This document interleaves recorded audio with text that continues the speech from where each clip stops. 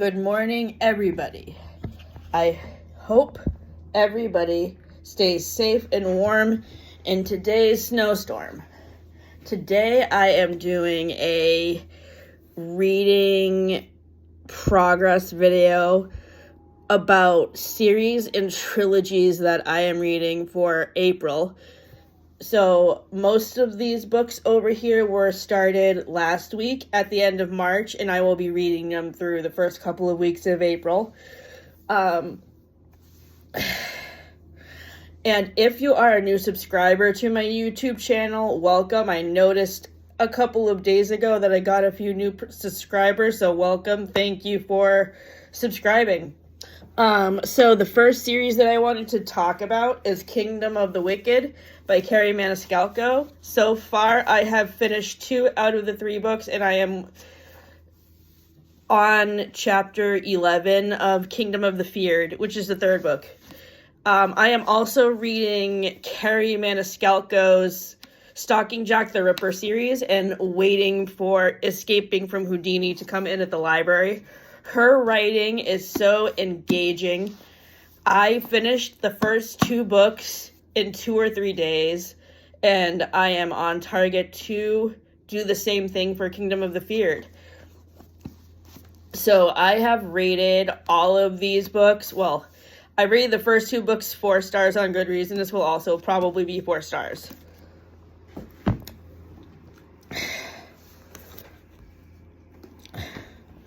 The next 2 books are by Jessie Q. Sutanto, and they are in the Aunties trilogy, which is a murder mystery series centered around an Asian family. The main girl's character's name is Madeline, aka Medi, and so the first book, which I read in January, Dial A for Aunties, is in that book, she goes on a blind date, and her blind date dies, and they have to solve the mystery around a blind date dying.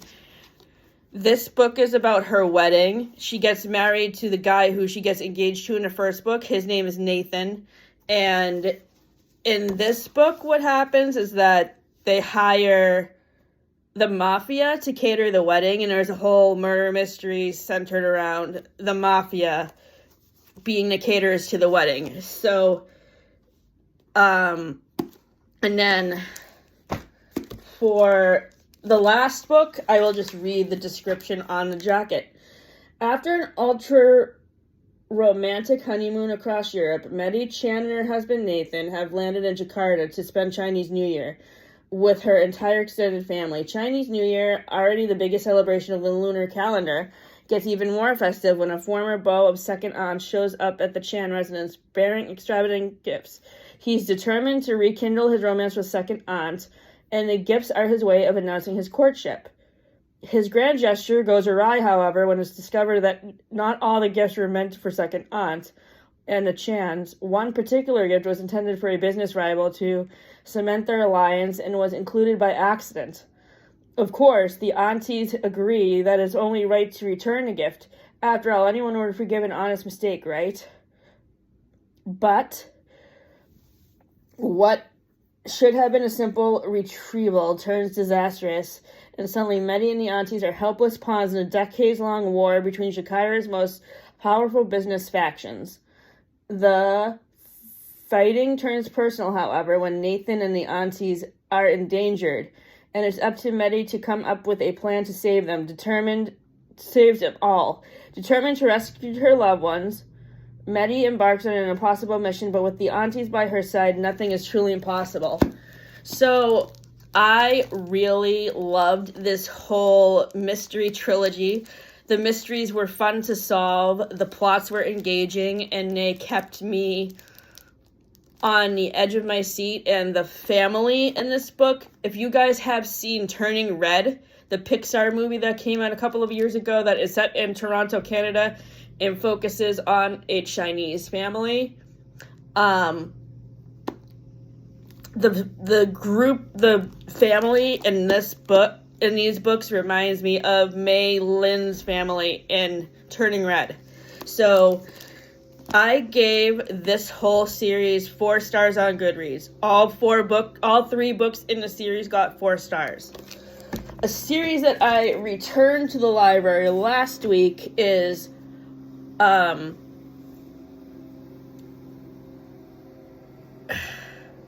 Bright Falls by Ashley Herring Blake. So this is a LGBTQ plus romantic comedy series that is set in a city in Oregon called Bright Falls, which gives vibes off that are very similar to Stars Hollow from Gilmore Girls. And it's very funny because one of the characters in the first book, who is like somebody who works at the place where Delilah's sister is getting married, her name is Lorelai. And then in the second book, Astrid and Jordan are redesigning an inn in downtown Bright Falls, and that makes me think of how Suki and Lorelai on Gilmore Girls are going to be opening their own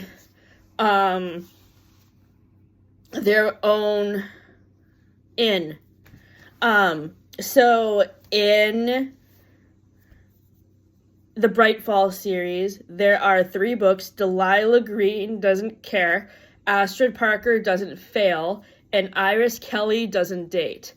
Iris Kelly Doesn't Date, the 3rd book in the series, was my favorite book because it is centered around a theater production of my second favorite Shakespeare play, Much Ado About Nothing. And one thing that I like the best is the mental health representation of Stevie's anxieties. Stevie is Iris's girlfriend. So I highly recommend this series. I gave Delilah Green Doesn't Care 2 stars because I really didn't care for Delilah's character. But the bright spot in Delilah Green Doesn't Care is Delilah's girlfriend's daughter, Ruby. She is 12 years old, and she is so funny. She reminds me of Waylay from Things We Never Got Over by Lucy Score because she is quick-witted and always has a witty comment to say, and she has a lot of great banter with Delilah. And I also like her connection that she builds with Delilah. Claire. Her mother's name is Claire. I gave Delilah Green Doesn't Care 2 stars. I gave Astrid Parker Doesn't Fail 3.5 stars, and I gave Iris Kelly Doesn't Date 4 stars. The next series that I wanted to talk about is Caraval by Stephanie Garber. I finished Caraval yesterday, and I'm reading Legendary right now. So this is kind of this is set in this is set during like a circus. So like I get mixed vibes from this book of The Night Circus by Erin Morgenstern and the movie The Greatest Showman. So Stephanie Garber is a fantastic writer. I find myself fully immersed in the universe and also in the universe of Once Upon a Broken Heart, which is the other trilogy by her that I am reading at the exact same time. I am waiting for the second book in Once Upon a Broken Heart trilogy, The Ballad of Never After, to come in at the library. So I love Scarlett. I think she's my favorite character, and I just can't wait to see what happens next in the next book. I started it yesterday, and I'm on chapter 11. The next book is in the Bells of London book series by Mimi Matthews. Last year, I read the first book in this series called The Siren of Sussex. In this book, The Belle of Belgrave Square,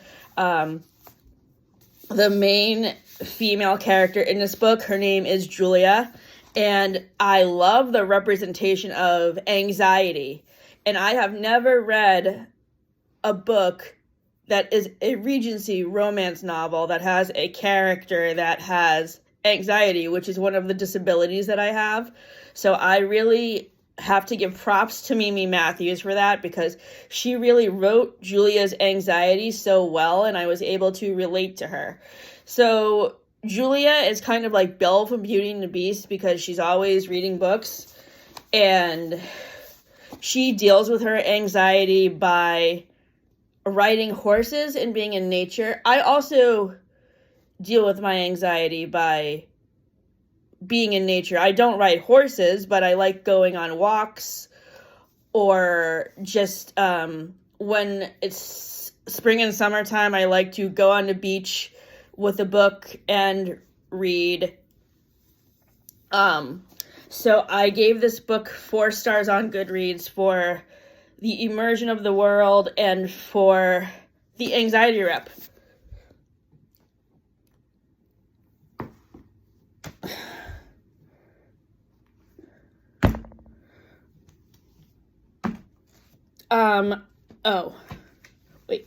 So the next book that I'm reading is Allegiant by Veronica Roth. So I am somehow managing to read the Divergent series out of order. This is actually book 3, so I'm going to hold off on reviewing this one until I read Insurgent, which is book 2, so that way I can review the whole series at once. So put a pin in this one, because I will be reviewing it later. The next book I'm reading is A Court of Mist and Fury by Sarah J. Maas, the second book in ACOTAR. All of the booktubers I follow really hype up this series. Destiny, Sarah, Rachel, and Madison, who I recently discovered, and Destiny, Sarah, Rachel, Haley, and Sarah and Madison. So all of the booktubers really hype up this series. I really liked A Court of Thorns and Roses, which I read last month, because basically it's a modern day retelling of Beauty and the Beast. And like, this book focuses on the wedding of Feyre, who is supposed to be Belle, and Tamlin, who is supposed to be the Beast. And I mean, I like the buildup of their relationship. I'm not really into spice, so I guess the spice level only goes up in the next couple books, so I am not sure if I'm going to really see this series through to completion because of that. And also, like, I heard one of the next books is really violent because it more focuses on the war that's going on between the different communities in the fantasy world that Sarah J. Maas has created. So right now, in A Court of Mist and Fury, I am on page 157, chapter 16. I haven't decided yet if I'm continuing with this one or not. So I might DNF it, and I might not. So as far as DNFs go, in March I had 12 DNFs. So far in April, I have 2.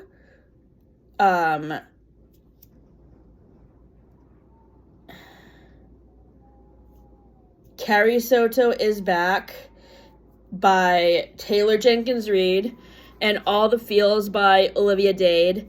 All the Feels is part of the Spoiler Alert series. I DNF'd Carrie Soto is Back because I'm just not into tennis, and I felt zero connection to Carrie's character because I don't like tennis. I think it's a boring sport. And I just wasn't getting into the whole vibe of the book, with the book being like reports from the newspaper about her tennis matches and stuff. I decided to pick up Carrie Soto is Back to be a completionist to the series of books that Taylor Jenkins Reid have written of standalone books. It starts with 7 Husbands of Eglon and Hugo, which I gave 4 stars. Daisy Jones and the Six, 5 stars. and Malibu Rising, which was 4 stars. So I gave Kerri Soto Is Back 2.75 to 3 stars. So that was the lowest ranked book out of all of that whole series of standalone books. And I had to DNF all the feels by Olivia Dade, because I thought that the male main character was a big jerk to the female main character, and fat phobia was very evident in that book, unlike in the first book. Spoiler alert, in the third book, which I am almost done with, Shipwrecked. And I just don't like fat phobia at all, because it makes me think of Friends and how they are so mean to Monica about her weight in the flashback episodes. So the final book I'm going to be talking about in this video is Ruthless Vows, which is the sequel to Divine Rivals. I was so excited to read this sequel because Divine Rivals was one of my 5-star reads last month. I finished it in 3 days. I loved it. I was immersed in the world. I loved the fact that the 2 main characters were journalists.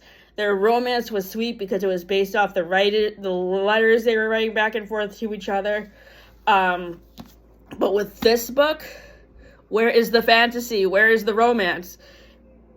It seems to me that Rebecca Roth kind of forgot about what made the last book so engaging to everybody else who was reading it.